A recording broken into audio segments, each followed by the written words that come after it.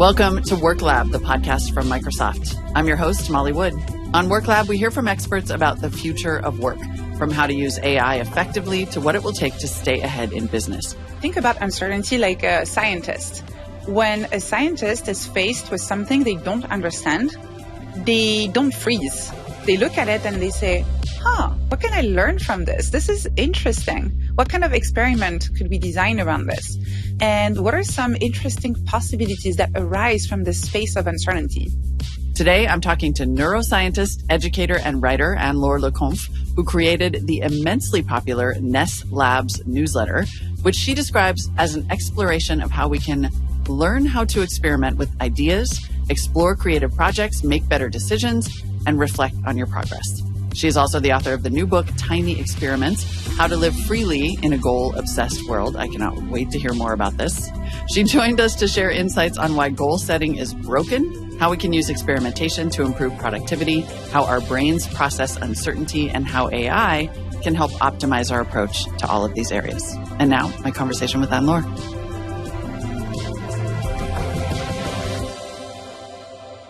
Welcome. Thanks so much for having me. So I want to start with your newsletter and your book. You've written a lot about applying lessons from neuroscience and just the basic methodologies of scientific research to productivity and processes and decision-making. What would you say are some of the key takeaways? It took me a long time to formulate it as I am going to give it to you right now, but the main insight that is discovered is that we should always default to curiosity. Whatever challenge we're facing, whatever roadblock, whatever area of doubt, if you decide to approach it with curiosity, you're not only going to find a solution faster, but it's also probably going to be a lot more fun. There's also this phrase that kicks around in your work, mindful productivity. What can you say about that and why it's so important for business leaders? As opposed to mindless productivity, which I think we can all understand. A lot of people are a bit confused about this term. Mindful productivity, you feel like mindfulness, productivity, that doesn't really go together. The way I explain it is to go back to the definition of mindfulness. Being mindful really just means paying attention without judgment. And that's what mindful productivity is about. It's about paying more attention to how you feel, to your output, but also to the experience of producing this output, paying attention to the way you communicate with others, to the way you manage your time, your energy levels. And then without judgment, a little bit like a scientist, just asking yourself, what can I do better? What can I experiment with? What can I tweak? What can I approach differently? And how can I collaborate with others to be more productive without sacrificing my mental health? I kind of flippantly said we can all understand what mindless productivity is, but now I kind of want you to define that too. I think that's like we're going to understand it better in opposition. Yes. Mindless productivity, I think, is best defined by the outcome, what happens when you do that, right? And it's simply burnout, overwhelm for a lot of people. And the reason why they don't notice those early signs is because they are mindlessly grinding and hustling and going through their to-do lists and never paying attention to how they actually feel. The focus in mindless productivity is really just on the output itself, how efficient you are, how quickly you can produce the work, but not on all of the other factors that are incredibly important if you want your work and your pace to be sustainable. Okay, so then we have these two frameworks, enter AI, and a whole new level of conversation about productivity. How do you think AI will help us or hinder us in terms of fostering this idea of mindful productivity? That's what I find fascinating with AI is that depending on how you use it, it could really support either mindful productivity or mindless productivity. Mm-hmm. I like ending on a positive note. So let me start with mindless productivity and how, unfortunately, that might be the most tempting approach in terms of using AI. And that's really just trying to get AI to do your job, whatever it is you're doing, in a mindless way, trying to use it to replace you. In order to, again, that's where the focus is. The focus is on output, right? You just want to produce your output, whatever it is, faster. You want to go through your to-do list faster. A mindful way of using AI to be more productive would be to collaborate with AI to figure out which tasks should be the priority, how to do them better, how you could collaborate with others to perform these tasks in ways that might have been difficult for you to imagine because you didn't have access to all of that information. And so in a way, you can do your work better, not faster necessarily, but better. And I think to me, that's the mindset shift that people need to have when it comes to AI, not seeing it as a tool to necessarily just be more productive, but just produce better work. At this moment, we're talking about this kind of at the individual level. I wonder how this starts to rise up to leadership. How do business leaders foster exactly the kind of work and partnership that you're talking about? To me, that's only possible if we remove the sense of shame there's around using AI at the moment. In a lot of organizations, a lot of individuals still have to use AI in secret, where they will perform several tasks and they will manage to finish the presentation, do the 3 reports, code 3 applications in one weekend, come back on Monday and say that they did it all on their own, because there is, again, a sense of shame around the fact that you're not able to do all of these things. And using AI kind of, is sometimes perceived by people who haven't really used it themselves as a way to take shortcuts. So to me, in order to harness all of those benefits of AI at a team level, leaders need to make it very clear that it is okay to use AI. And even better than that, it's encouraged to share with others how you're using AI so everybody can learn together.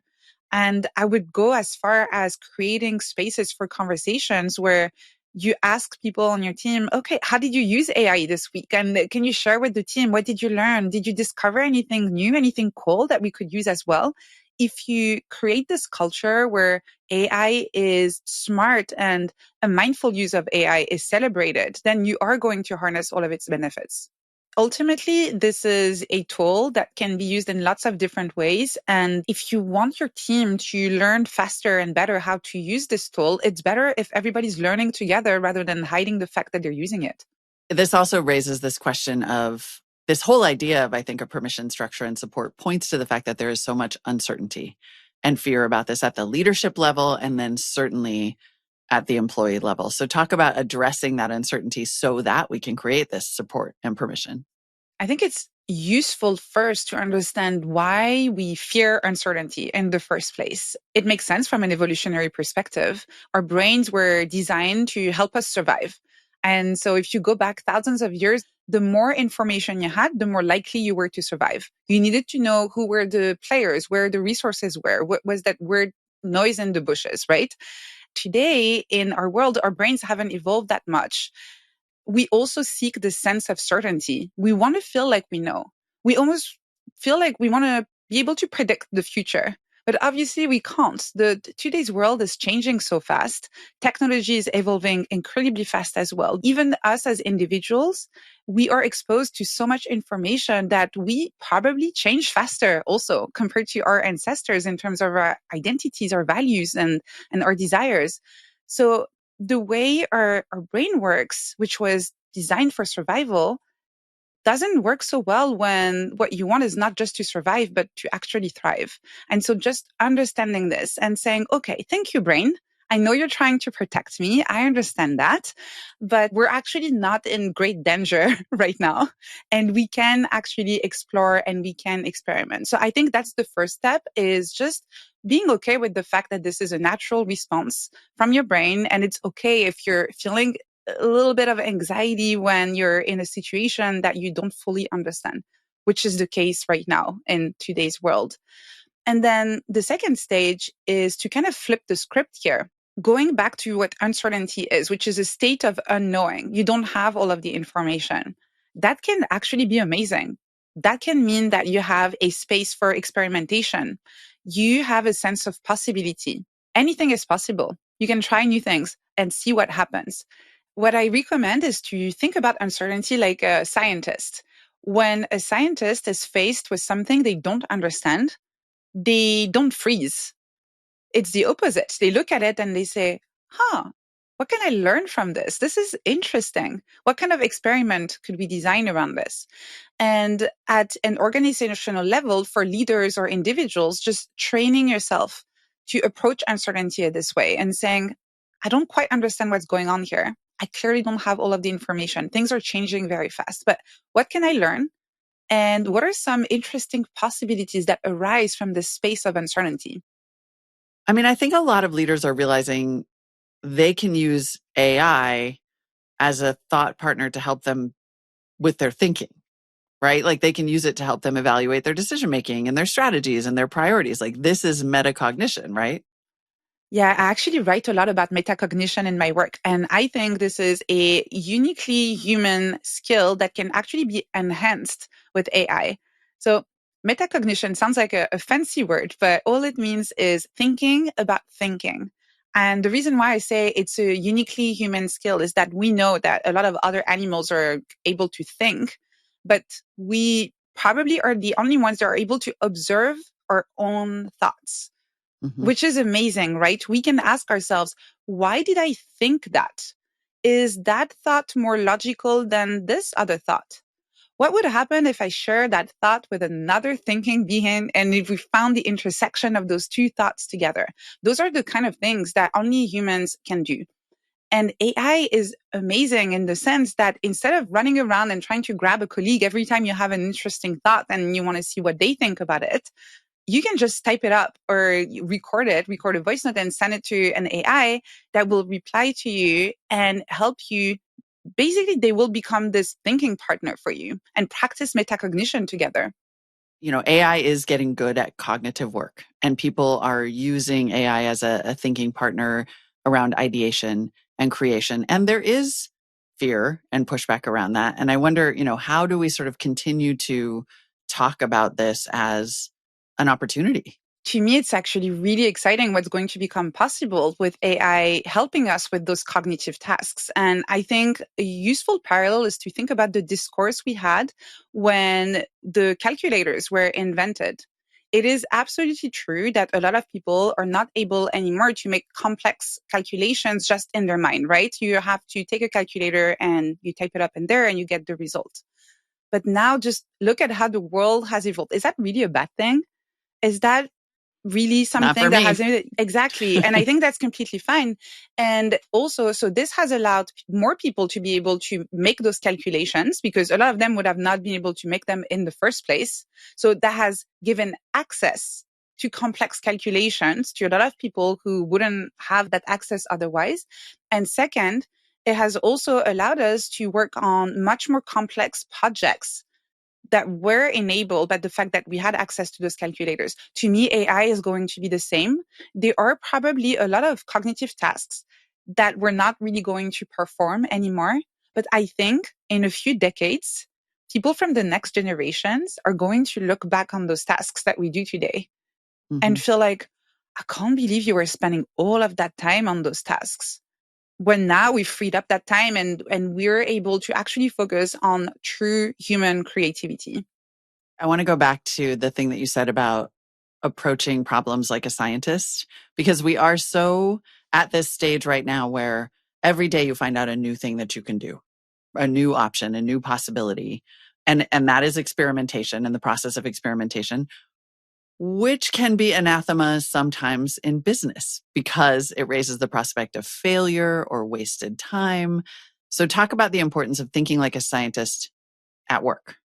I want to first debunk an assumption that people may have when it comes to experimenting at work.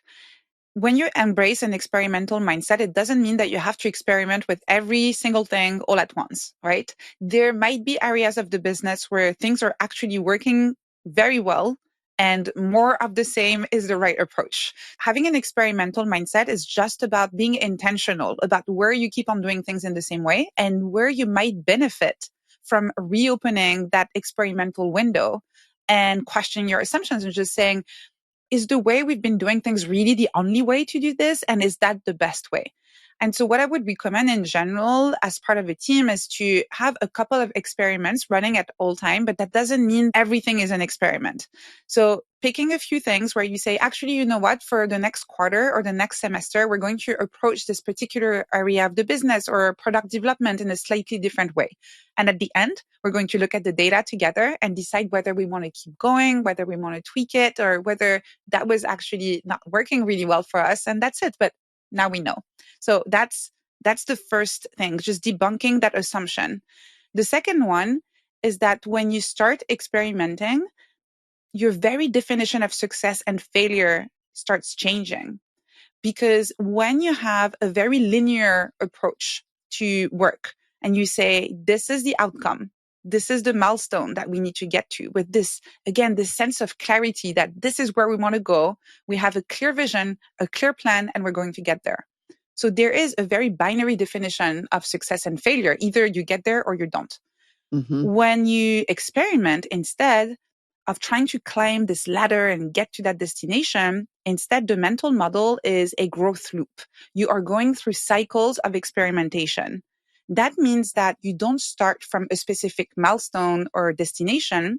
You start from a hypothesis or a research question.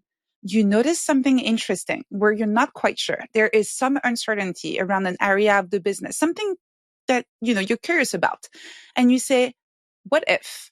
What if we did things differently? What if we tried that? And the only objective when you experiment is not to get to a specific destination, is to learn more. Just like a scientist, they collect the data and they don't try to get a specific result. They just want to learn more. That's the mindset shift that you want to have here. Got it. And just to repeat it, you call it a growth loop. Like the idea that the more you repeat that process, the bigger your loop gets, the bigger your knowledge set gets.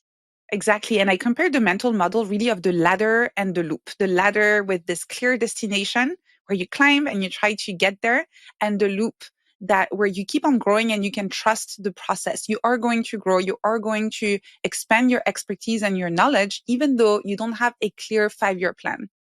Something about the way our brains work that you have talked about is what happens to your brain when you're learning something new. And this phrase, thirst for knowledge, that I just want to capture from you because this is fascinating.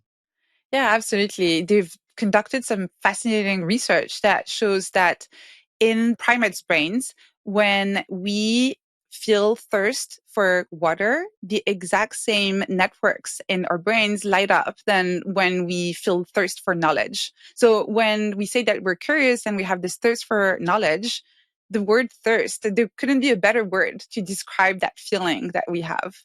What is one question you wish more people would ask you about neuroscience and its application to work and life? Like, why are we not thinking more about our brains? Well, you just asked the question I would ask to other people, I think. Oh. Why aren't we thinking more about our brains? I think actually this is a great question. I think we should think more about our own thinking. We should spend more time observing our own thoughts, connecting with our emotions, and really turning our attention inwards. And while we're talking about our brains, you've actually written about this idea that you call the illusion of certainty, which is very compelling and common. What's going on in our heads that leads to that illusion, and how do we get rid of that? Yes, that connects back to what we discussed earlier about why our brains really try to resolve uncertainty as quickly as possible. And because of that, we will try to hoard information. We will try to get as quickly as possible to the most immediate answer, the one that is going to give us that sense of certainty. But unfortunately, that sense of certainty is very often an illusion because we went for the most obvious answer, because we're basing our sense of certainty of the fact that we spend 3 days reading nonstop about all of the news about a topic, which is not really how you build certainty. And so just accepting that being 100% certain about what the future looks like is impossible. That's impossible. All you can do is make predictions, know that these are just predictions, and then adjust your direction based on those predictions. You have given an example, again, just in terms of interacting and thinking through issues and processing, if you will, this example of how you have conversations with research papers. Can you tell us more about that? This is one of my favorite features when it comes to using AI. So in my academic research, I'm supposed to read dozens of research papers every week. That can take a lot of time. And unfortunately, sometimes you get to the end of the paper and you realize that there was nothing relevant or interesting in there that you can use for your work. So what I'm doing now is that I take the paper, I upload it to AI, and then I ask questions. I have a conversation with the paper and I can ask, okay, tell me, what research methods were used here? And because the AI knows what I'm working on also, what are points that you think are relevant based on what I'm working on right now? And another one that I find absolutely amazing is asking, what are the limitations that are mentioned in the paper explicitly? And what are limitations that you notice that are not mentioned in the paper explicitly? And in this way, the Mm. AI is really helping me having those conversations. I feel like I'm having a coffee chat with the researchers that tell me all of the juicy stuff that they didn't include in the paper, because papers are so short. Sometimes you don't have that much space. And I can use those insights to make decisions as to whether I'm going to use this paper in my own research or not. But it's not only saving me time, it's making the entire process of finding that information and reading papers a lot more enjoyable. What's sort of one question that you wish more people would ask about the potential of AI at work, right? This is like really a mindset question. What should they be asking about how to use this well? If you could focus 100% of your time and energy on the things that are at the intersection of what you're good at and what the world needs, what would that look like? Because I think that's what AI can unlock. Freeing your time, freeing your energy, freeing your attention from the things that should not be your main area of focus, and creating more space for your creativity. If our listeners could take away one actionable insight from your work, just one, what would you want it to be? I would like for them to look at the way they're doing their work at the moment, and or the way they're living their life in general, and ask themselves, what's one area where I could be a little bit more experimental? So we love to ask our guests how they're using AI in their work and maybe some use cases and techniques that have really been a game changer. Do you have any examples for us? Oh, absolutely. I use AI a lot. At work, it's really a thinking partner.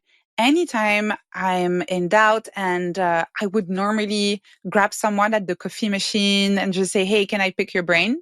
That's AI now. I just do that and I explain, I've been facing this challenge. I'm feeling a little bit stuck. And do you have any ideas? And usually, even when the AI comes back with just a few bullet points, that's enough sometimes just to give me something to think about and getting unstuck. And very similarly in my personal life as well, I will use it as a tool for brainstorming. I think across the board, really getting unstuck for me is the key phrase in terms of how I use AI at the moment. It makes me think more creatively. It suggests avenues for exploration that I might not have considered in the first place on my own. And it also helps me clarify sometimes my own thoughts, where I can just dump literally anything that's on my mind and it will come back with a more structured version of what I've been thinking about, which is incredibly helpful. Okay, fast forward 3 to 5 years. What do you think will be the most profound change in the way we work? I think a lot more people will have the beautiful privilege to be able to explore their creativity and to do work that feels meaningful to them thanks to AI. And then what do you think will be hallmarks of organizations that do this well, frontier organizations that will really pull ahead in this new era? You probably know what I'm going to say, but I'm going to say it anyway because I think it's so important. But creating safe spaces where it's okay to explore your curiosity, where it's okay to use AI in experimental ways, and where it's okay to make mistakes and learn in public. To me, those are going to be the hallmarks of any organization that is at the frontier of what's possible with this new technology. I mean, it seems easy, but how do you create those spaces? Like, how do you foster creativity and let people feel safe throwing out what might actually be bad ideas? I love that you're asking this because it's the same with embracing uncertainty. When you tell people embrace uncertainty, they tell you, what do you mean? Am I supposed to just relax my shoulders and embrace it? And it's the same with curiosity, right? How do you actually foster a culture of curiosity and experimentation? And in a very, very practical way, what I would encourage leaders to do is to block some time. You can call it curiosity hour. Block some time, put it in your team's calendar and say that that's the hour where every 2 weeks or 3 weeks or every month, whatever works for you, everybody is going to share something they experimented with and the results. Did it work? Did it not work? What can we learn together from this? And that's it. That would be the simplest small steps that they could start taking right now. And then if I were going to try to tap into my curiosity with an AI thought partner, let's say I'm stuck, what might I say? Well, first, you can tell the AI, I'm stuck. I think that's a great place to start. It's okay to just type, I'm stuck. Here's the issue.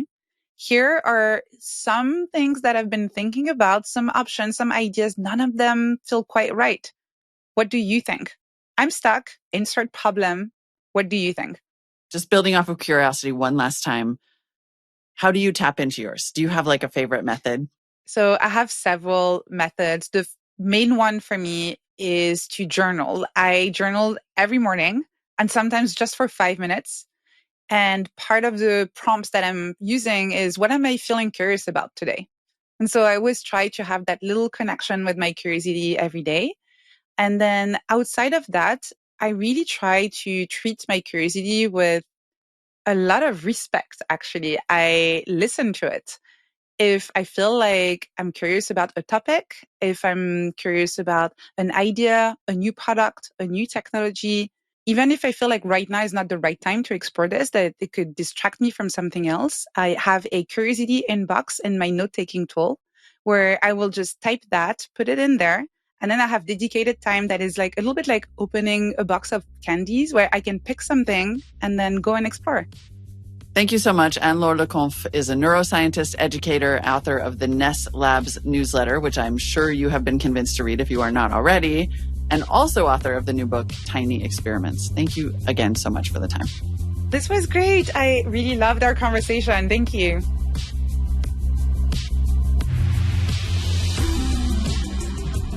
Thank you all for joining us, and keep checking your feeds. We have more fascinating guests on the way with actionable insights that can help leaders develop an AI-first mindset, reorient their business for an era of abundant expertise, and maximize the ROI of AI.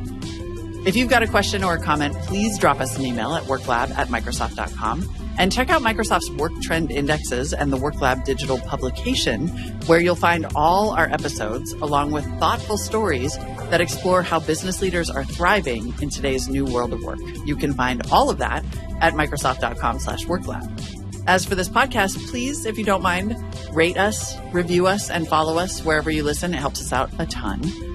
The WorkLab podcast is a place for experts to share their insights and opinions. As students of the future of work, Microsoft values inputs from a diverse set of voices. That said, the opinions and findings of our guests are their own, and they may not necessarily reflect Microsoft's own research or positions. WorkLab is produced by Microsoft with Godfrey Dadich Partners and Reasonable Volume. I'm your host, Molly Wood. Sharon Callander and Matthew Duncan produced this podcast.